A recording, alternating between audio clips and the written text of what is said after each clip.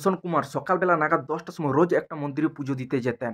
পরের দিন 10টার সময় যখন সেই মন্দিরে পুজো দিতে যান, মন্দিরের সামনে ধূপছায়া অ্যাপার্টমেন্টের কাছে তার গাড়ি থামিয়ে হেঁটে হেঁটে মন্দিরের ভেতরে যায়। পুজো সেরে যখন সে মন্দির থেকে বেরিয়ে আসে, আন্ডারওয়ার্ল্ড ডন দাউদ ইব্রাহিমের 3টি লোক পেছন দিক দিয়ে মাথার ওপরে পিস্তল থামিয়ে দেয় এবং গুলশন কুমারকে বলে যে অনেক পুজো করে নিয়েছে, এবার ওপরে গিয়ে পুজো করবে। তার কিছুক্ষণের মধ্যেই গুলশন কুমারকে সেই 3টি লোক 16টি গুলি মেরে মেরে ফেলে। এখানে আসল ব্যাপার হলো যে গুলশন কুমার খুব সহজ সরল মনের মানুষ। তাহলে আন্ডারওয়ার্ল্ড ডন দাউদ ইব্রাহিমের সঙ্গে গুলশন কুমারের মৃত্যুর কারণ কি? এই প্রশ্নটা প্রতিটি ভারতীয় মানুষের মনের মধ্যে উঠে আসে।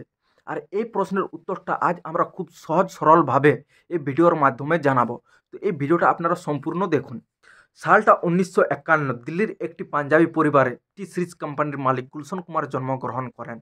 গুলশন কুমারের পরিবার খুব গরিব পরিবার ছিলেন। গুলশন কুমারের বাবা দিল্লির রাস্তার মধ্যে একটা ঠেলাতে জুস বিক্রি করতেন। গুলশন কুমার যখন 12 বছর হয়ে যায় তখন সেই ঠেলাতে গুলশন কুমারও কাজ করতে থাকে তার বাবার সঙ্গে। কিন্তু গুলশন কুমারকে এইসব কাজ ভালো লাগতো না, কারণ তার পুরো পরিবার গরিব ছিলেন। কিন্তু গুলশন কুমার এর থেকে কিছু ভালো করতে চাইছিল। গুলশন কুমারের ছোটবেলা থেকে গানের প্রতি খুব শ্রদ্ধা ছিলেন। গুলশন কুমার তার বাবার ঠেলাতে প্রায় 3 বছর কাজ করার পর যখন গুলশন কুমারের হাতে মোটা রকম কিছু টাকা চলে আসে, তখন গুলশন কুমার ডিসাইড করে যে সে তার নিজের একটা ছোটো মোটো ব্যবসা চালু করবে। তার বাবাও মেনে যায়। গুলশন কুমার তাদের ঠেলার সামনে একটা ছোটো মোটো দোকান খুলে দেয়। সেই দোকানে সে আলাদা আলাদা সঙ্গীতের ক্যাসেট কিনে নিয়ে আসতো এবং সে বিক্রি করতে থাকে। দেখতে দেখতে তার এই ছোটো ব্যবসাটা খুব বড় ব্যবসাতে পরিণত হয়ে ওঠে। কিছুদিন পর গুলশন কুমার নয়ডার মধ্যে তার নিজের একটা খুব বড় কোম্পানি খোলে এবং সেই কোম্পানিতে সে আলাদা আলাদা কোম্পানির মিউজিক ক্যাসেট কিনে নিয়ে আসে এবং সস্তা দামে বিক্রি করতে থাকে। এখানেও গুলশন কুমারের এই ব্যবসা খুব দ্রুত গ্রোথ করতে থাকে। গুলশন কুমার পাঞ্জাবি পরিবারে জন্মগ্রহণ করার পরেও হিন্দু দেবী দেবতার উপর তার খুব শ্রদ্ধা এবং বিশ্বাস ছিল। গুলশন কুমার হনুমান চল্লিশা গেয়ে পুরো বিশ্বের মধ্যে রেকর্ড তোলে ওঠে। প্রায় বিলিয়নে পেরিয়ে যায় সেই গানের ভিউজ এবং গুলশন কুমার তার সাফল্যতার হাত ছুঁয়ে পেরিয়ে যায়। টি সিরিজ কোম্পানি কিছুদিনের মধ্যেই পুরো বিশ্বের মধ্যে নাম্বার 1 কোম্পানি হয়ে ওঠে এবং বাদবাকি যে কোম্পানিগুলো ছিল সেগুলো পুরো ডাউনফলে চলে যায় এবং গুলশন কুমারের ওপর সেই কোম্পানিগুলো হিংসা করতে শুরু করে দেয়। গুলশন কুমার নাকি খুব ভালো নেচারের মানুষ ছিলেন। তিনি সেই লোকগুলোকে মিউজিক ইন্ডাস্ট্রিতে চান্স দিতেন যে লোকগুলো খুব গরিব ছিলেন, যেমন সোনু নিগম, কুমার শানু, অনুরাধা পটবাল আর নাদিম শ্রাবণ। এই নাদিম নাকি এই গুলশন কুমারের মৃত্যুর দায়ী। এটা আমরা পরে জানবো। এর আগে দেখুন গুলশন কুমারের নেচার আরও কেমন ছিল।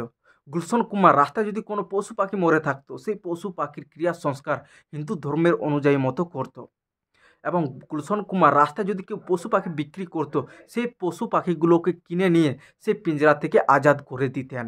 গুলশন কুমার আবার অনেক গরিবদেরও সাহায্য করতেন। প্রতিটা মন্দিরে সে খাবার বিতরণ করতেন, কম্বল দান করতেন এবং গরিবদের সাহায্য করতেন। বেশিরভাগ গুলশন কুমার বৈষ্ণোদেবী মন্দিরেই সে পুজো করতেন এবং সেখানে বেশিরভাগ খাবার বিতরণ করত। এবার দেখুন 1990 সালে একটা সিনেমা আসেন যার নাম হচ্ছে আশিকি। এই সিনেমার সব গানের ডাইরেক্টর ছিলেন নাদিম শ্রাবণ। তার এই গান টি সিরিজ কোম্পানি প্রমোট করে এবং এই গান সুপার ডুপার হিট হয়ে ওঠে আর এখানে টি সিরিজ কোম্পানি অনেক উপভোগ লাভ করেন। এরপর নাদিম শ্রাবণের সব গানে টি সিরিজ প্রমোট করতে থাকে এবং সব গান আস্তে আস্তে ভাইরাল হয়ে যায় এবং পরে হিটও হয়ে যায়। এরপর নাদিম শ্রাবণের একটার পর একটা সব গান টি সিরিজ কোম্পানিতে হিট হয়ে ওঠে। এখানে টি সিরিজ কোম্পানি অনেক বেশি লাভ উপার্জন করে ফেলে। কিন্তু নাদিম কিছুদিন পর উদ্যোগ নেয়, সে তার নিজের সুরে গান গেয়ে টি সিরিজের কাছে প্রমোট করাবে। এখানে কিন্তু গুলশন কুমার বারণ করে দেয়, কারণ নাদিম একজন মিউজিক ডাইরেক্টর ছিলেন আর তার গলার সুর এতটা ঠিক ছিল না। তারপরেও নাদিম কিছুগুলো গান তার নিজের সুরে গেয়ে ফেলে এবং গুলশন কুমারকে ফোন করে তার একটা গান প্রমোট করতে বলে। গুলশন কুমারও মেনে যায়, কারণ নাদিম শ্রাবণ গুলশন কুমারের খুব ভালো একটা বন্ধু ছিল। কিন্তু নাদিমের গাওয়া প্রথম গানটা টি সিরিজের মধ্যে পুরো ফ্লপ কেটে যায় আর টি সিরিজের মালিক গুলশন কুমারের পুরো ক্ষতি হয়ে যায়। তাই নাদিমকে বারণ করে দেয় যে আর আমি তোমার কোনো গানেই প্রমোট করব না এই টি সিরিজ কোম্পানিতে। তখন নাদিম অনেক রেগে যায় আর গুলশন কুমারকে ধমকি দেয়। সেই সময় আন্ডারওয়ার্ল্ড ডন দাউদ ইব্রাহিমের সঙ্গে এই বলিউডের ভালো একটা কালেকশন ছিল। দাউদ ইব্রাহিম সেই সাফল্য ব্যক্তিগুলোর কাছে টাকা চাইতো। যদি তারা টাকা দিতে বারণ করতো তাহলে তাদেরকে মারার ধমকি দেওয়া হতো। আর দাউদ ইব্রাহিমের এই ভয়ের কারণে সব সাফল্য অভিনেতা এবং ডাইরেক্টর রাইটারগুলো তাদেরকে টাকা দিতে বাধ্য হতো। এইদিকে গুলশন কুমার আর নাদিমের ঝগড়ার ফলে নাদিমের হাতে কোনো কাজ নেই। গুলশন কুমার নাদিমকে কাজ দেওয়া বন্ধ করে দেয়। এখানে নাদিম অনেক বড় ডিপ্রেশনে পড়ে যায় আর গুলশন কুমারকে মারার উদ্যোগ নেয়। নাদিম দুবাই গিয়ে আন্ডারওয়ার্ল্ড ডন দাউদ ইব্রাহিমের সঙ্গে কন্ট্যাক্ট করে। দাউদ ইব্রাহিমের ভাই নাসির ইব্রাহিম এবং তার রাইট হ্যান্ড আব্বু সেলিম দুইজনকে দুবাইয়ের একটা হোটেলে ডেকে আনা হয় এবং সেই মিটিংয়ে নাদিম বলে যে আমাকে গুলশন কুমার কোনো কাজ দিচ্ছে না, আমার কোনো সং প্রমোট করছে না, যে কোনো করে গুলশন কুমারকে তোমাদের মারতে হবে, এর জন্য আমি 25 লক্ষ টাকা দেব। আব্বু সেলিম মেনে যায়, কারণ সে জানে যে বলিউডে এত বড় হস্তিকে যদি আমি মারি তাহলে আমি বলিউডে রাজ করব, আমাকে বলিউডে সবাই ভয় পাবে। আব্বু সেলিম কিছুদিনের মধ্যে গুলশন কুমারের বাড়ির সামনে দুজন জাসুস লাগিয়ে দেয়, যে গুলশন কুমার কখন বেরোচ্ছে, কোথায় যাচ্ছে, তার সঙ্গে কে থাকে এবং সে কখন ডিউটি দেয়, কখন সে মন্দিরে যায়, এইসব জানার জন্য। এই তিনজন মিলে জাসুস করে তাকে মারার চুক্তি তৈরি করতে শুরু করে দেয়। এরপর আব্বু সেলিম গুলশন কুমারকে ফোন করে যে তুমি নাদিমকে কাজ দিচ্ছ না কেন। এখানে গুলশন কুমার বলে যে সে নিজের ইচ্ছা মতো কাজ করছে, যেটা আমাকে পছন্দ না, তাই আমি তাকে কোনো কাজ দিতে চাই না। আব্বু সেলিম বলে ঠিক আছে, আমাকে এক্ষুনি 10 কোটি টাকা দাও, না হয় তোমাকে আমি কালকে মেরে ফেলবো। গুলশন কুমার সোজা বারণ করে দেয় যে আমি তোমাকে 10 কোটি টাকা দেওয়ার থেকে আমি গরিবদের দান করে দেব।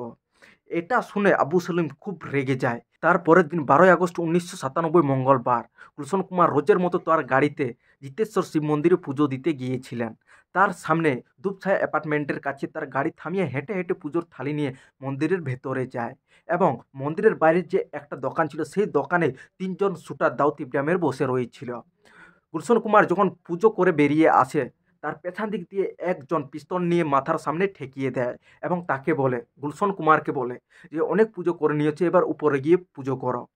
গুলশন কুমার অনেক ভয় পেয়ে যায় এবং সেখান থেকে ছুটে পালিয়ে যেতে চেষ্টা করে, কিন্তু পেছন দিক দিয়ে 3বার গুলি মারে গুলশন কুমারের পিঠের ওপরে। গুলশন কুমার নিচে পড়ে যায় এবং গলে গলে গুলশন কুমার একটা বাড়ির দরজার সামনে পৌঁছায়। সেই দরজার সামনে একটা মহিলা দাঁড়িয়ে রয়েছিল, তার কাছে সে সাহায্য চাইলো, কিন্তু সেই মহিলার দরজাটাই বন্ধ করে দেয় এবং পেছন দিক দিয়ে আবার সেই শুটারগুলো এসে গুলশন কুমারের শরীরে 13বার শ্যুট করে এবং গুলশন কুমার সেখানে বেহুশ হয়ে যায়। গুলশন কুমারের ড্রাইভার পুজোর থালাটা নিয়ে সেই শুটারকে আঘাত করতে যায়, কিন্তু তার ড্রাইভার পায়ের মধ্যেও 2বার ফায়ারিং করে দেয় এবং গুলশন কুমারের ড্রাইভারও নিচে পড়ে যায়। তারপর ওই শুটারগুলো সেখান থেকে পালিয়ে যায় এবং গুলশন কুমারকে কিছুক্ষণ পর তার সামনের হসপিটাল কুপার হসপিটালে নিয়ে যাওয়া হয়। কুপার হসপিটালের ডাক্তার হাজার চেষ্টা করার পরেও গুলশন কুমারের জন্য কিছুই করতে পারলো না, কারণ গুলশন কুমারের শরীরে প্রায় 16 থেকে 17বার ফায়ারিং করা হয়েছিল এবং পুরো শরীরের মধ্যে ছেদ ছেদ হয়ে গিয়েছিল, যার কারণে গুলশন কুমার বাঁচার সম্ভাবনা অনেকটাই কম ছিল। আপনারা মনে করছেন যে গুলশন কুমারকে হত্যার পেছনে যে অপরাধীগুলো আছে তাদের সঙ্গে কি হলো। সবার প্রথমে আব্দুল রাও, যিনি শ্যুট করেছিলেন গুলশন কুমারকে, তাকে কলকাতা থেকে অ্যারেস্ট করা হয়। আপনারা হয়তো মনে করছেন যে গুলশন কুমারকে মারার পেছনে যে এতগুলো অপরাধী ছিল সেই অপরাধীগুলোর কি হলো। সবার প্রথমে আব্দুল রাও কলকাতাতে অ্যারেস্ট করা হয় এবং তার সঙ্গে প্রায় 19 জনকে এই অপরাধের লিস্টে নেওয়া হয়। আব্দুল রাওকে যাবজ্জীবন জেলে দেয় এবং মিউজিক ডাইরেক্টর নাদিম সে দেশ থেকে বাইরে বিদেশে চলে যায় আর সে কোনোদিন ইন্ডিয়াতে ফিরে এসেনি, কিন্তু তার নামে আজও অ্যারেস্ট ওয়ারেন্ট বেরিয়ে আছে। কিন্তু আসল ব্যাপার হচ্ছে যে টিপস কোম্পানির ওনার রমেশ তৌরানি, তারও উপরে নাকি এই কেস হয়েছিল, কারণ সে নাকি গুলশন কুমারকে মারার জন্য 25 লক্ষ টাকা দিয়েছিল, কিন্তু এদের ওপর কোনো সেরকম প্রমাণ পাওয়া যায়নি, তাই তাদেরকে রেহাই করে দেওয়া হয়। তো আপনাদের এই ভিডিওটা কেমন লাগলো আপনারা কমেন্ট করে জানাবেন এবং গুলশন কুমার যে এই যে এত বড় আমাদের হস্তি ছিলেন তার জন্য একটা লাইক দিয়ে চ্যানেলটা সাবস্ক্রাইব করে নেবেন।